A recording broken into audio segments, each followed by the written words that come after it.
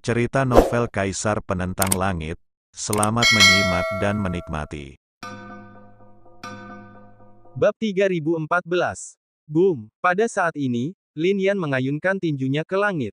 Pukulan ini jauh lebih kuat daripada yang sebelumnya. Inilah kekuatan fisiknya. Kekuatan tubuh samsara abadi, yang dipadatkan dari 4 kekuatan, jelas lebih luar biasa daripada 3 pukulan sebelumnya.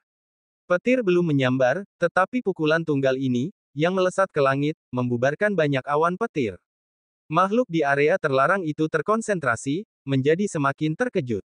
Siapa di dunia ini yang bisa menahan kesengsaraan guntur surgawi? Begitu bertemu, seseorang akan mengerahkan seluruh kekuatannya untuk melawan. Siapa yang bisa mengambil inisiatif seperti Lin Yan?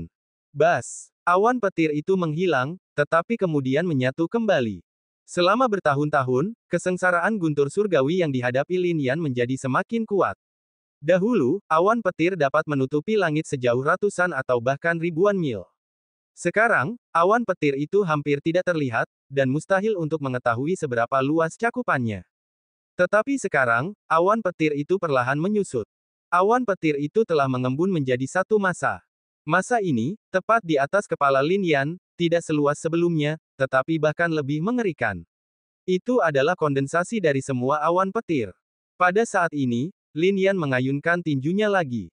Kekuatan emas tinjunya seperti menghantam dinding baja, hanya dentuman, tetapi tidak membubarkan awan petir. Boom! Suara gemuruh bergema di dalamnya, dan kemudian sebuah pemandangan muncul. Ini adalah pemandangan dari keabadian. Sebuah istana harta karun 9 lantai berdiri, sungai surgawi berputar di sekitarnya, binatang buas kuno yang tak terhitung jumlahnya meraung, para dewa berdiri tegak, tentara surgawi yang tak terhitung jumlahnya berjaga. Ini, Yao Tiandi berkonsentrasi, tatapan takjub melintas di matanya. Ini adalah pemandangan dari alam surgawi sejati. Dan di dalam alam surgawi sejati, istana harta karun 9 lantai itu dikatakan sebagai tempat tinggal para dewa, istana surgawi 9 lapis yang sesungguhnya. Di sekelilingnya dijaga oleh para prajurit dan jenderal surgawi, dan sungai surgawi abadi yang mengisolasi segalanya. Banyak binatang surgawi berlama-lama, menekan segalanya. Awan petir menghasilkan pemandangan seperti itu sungguh langka di dunia. Lin Yan juga berkonsentrasi. Ketika petir menyambar, ia juga berubah menjadi prajurit dan jenderal surgawi, bahkan istana surgawi 9 lapis. Namun, hanya secara individu. Belum pernah terjadi kejadian seperti ini sebelumnya. Bencana hukuman surgawi. Seru Yao Tiandi sambil menarik napas dalam-dalam. Ini bukan sekadar bencana guntur, melainkan bencana yang benar-benar langka, bahkan lebih mengerikan daripada bencana guntur. Fisik macam apa yang dimiliki Lin Yan hingga mencapai tingkat ini? Mampu menyebabkan kekuatan surgawi mengamuk sedemikian rupa. Bencana seperti itu, tak seorang pun di dunia ini dapat menahannya. Ini adalah kehancuran yang dikirim dari surga. Kekuatan apapun tak ada artinya di hadapannya, dan tak seorang pun dapat menahannya. Ia dapat memutuskan semua prinsip dan hukum agung. Boom! Namun, ekspresi Lin Yan tetap fokus, tak gentar, saat ia menerjang langsung ke tempat kejadian. Pada saat ini, seberkas cahaya memancar dari Wuji Xuanyu, dan pedang Tian Xuan muncul dengan sendirinya. Lin Yan pun tergerak. Ia merasakan pedang Tian Xuan telah menyatu dengan tubuh pedang Tian Xuan kuno sejak menyerapnya di tanah terlarang Tian Yuan, dan kini saat kritis telah tiba. Kali ini, pedang Tian Xuan muncul, berniat untuk bermandikan malapetaka hukuman surgawi ini dan melampauinya untuk selamanya. Haha, Lin Yan tertawa terbahak-bahak. Itu memang pedang abadi. Itu memang pedang yang dipegangnya. Hanya dengan cara inilah ia dapat menaklukkan keempat penjuru dunia. Dalam sekejap pikiran, Lin Yan bahkan mengeluarkan kekuatan jiwanya, memadatkan sesosok Lin Yan muncul, lalu mewujud dalam pemandangan itu. Boom! Kekuatan di dalamnya sungguh mengerikan. Petir dan guntur langsung menghancurkan Lin Yan, menyebabkan tubuh Lin Yan gemetar. Namun Lin Yan menggertakkan giginya, dan meskipun raut wajahnya memucat, ia kembali berkonsentrasi dan berdiri di samping Lin Yan.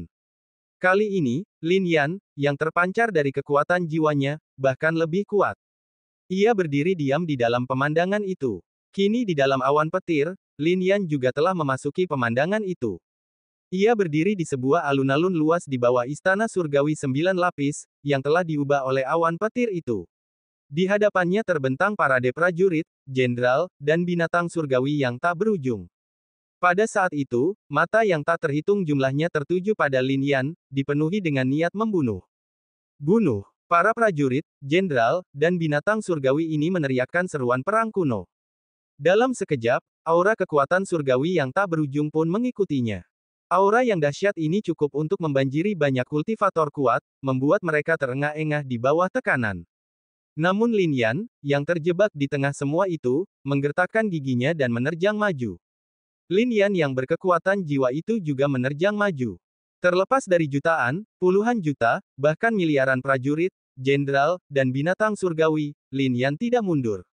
Ia pun tidak menunjukkan sedikit pun rasa takut. Seolah-olah, sejak lahir, ia tidak mengenal rasa takut. Bayangan ini terpatri di benak Yao Tiandi. Bahkan sebagai kaisar surgawi, ia tetap tertegun. Ini adalah saksi sejarah sejati, yang jarang terlihat selama berabad-abad. Seandainya terjadi di dunia luar, pasti akan menimbulkan kegemparan, bahkan meresahkan mereka yang berada di tahap setengah reinkarnasi, mereka yang berada di tahap kuasi, dan bahkan mereka yang berada di tahap reinkarnasi sejati. Misteri reinkarnasi, misteri kuno. Berapa banyak reinkarnasi yang musnah di era agung lebih dari 2 juta tahun yang lalu? Di akhir era itu, hanya 2 master reinkarnasi yang diketahui, Si Dao dan Wu Yun, yang tersisa. Kemudian, keduanya menghilang. Namun Yao Tiandi pernah mendeteksi keberadaan reinkarnasi di Pulau Samsara. Selain Si Dao dan Wu Yun, reinkarnasi pasti ada di dunia ini. Namun, mereka bagaikan naga, sulit dipahami dan sulit ditemukan, jarang terlihat oleh manusia. Namun, pemandangan yang kini terbentang pastilah belum pernah terjadi sebelumnya. Jika mereka sadar, mereka pasti akan muncul. Sungguh mengejutkan. Di dalam area terlarang, kuburan yang tak terhitung jumlahnya berguncang, dan mayat-mayat merangkak keluar satu demi satu. Awalnya, area ini hanya berisi Kaisar Yao Tian, makhluk itu, dan anak mayat. Namun kini, sekilas, kerumunan kultivator yang padat berdiri di sekitarnya. Mereka berasal dari klan mayat, klan jiwa, klan iblis, klan binatang buas, dan bahkan klan ikan.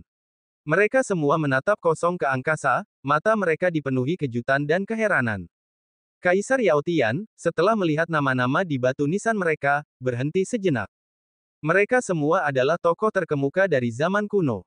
Banyak yang bisa masuk ke sini adalah kultivator yang setengah jalan melalui reinkarnasi, atau bahkan mendekatinya. Mereka mengubur diri di dalam kuburan, menentang perjalanan waktu dan memperpanjang umur mereka. Meskipun tekad mereka tidak lagi setajam sebelumnya, tekad itu tidak pernah hilang. Tetapi bahkan makhluk seperti mereka pun tetap terkejut. Jarang sekali melihat seseorang di zaman ini yang dapat menandingi surga. Anti surga, tubuh. Pada saat ini, sebuah suara serak terdengar. Itu adalah seorang pria berpakaian kuno. Ia hidup di era agung 2 juta tahun. Ia telah melihat legenda, melihat reinkarnasi, dan menyaksikan kecemerlangan dan kekejaman era agung itu. Kemudian, ketika masa hidupnya hampir berakhir, ia melangkah ke tempat ini, tetapi ia akhirnya mati.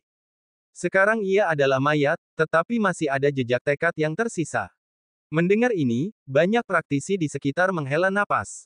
Bahkan Yao Tiandi tidak lagi meragukannya. Ada tubuh anti surga di dunia, tetapi tidak ada yang pernah melihatnya.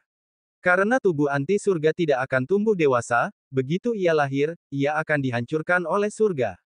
Sekarang tampaknya Lin Yan adalah pengecualian abadi ini.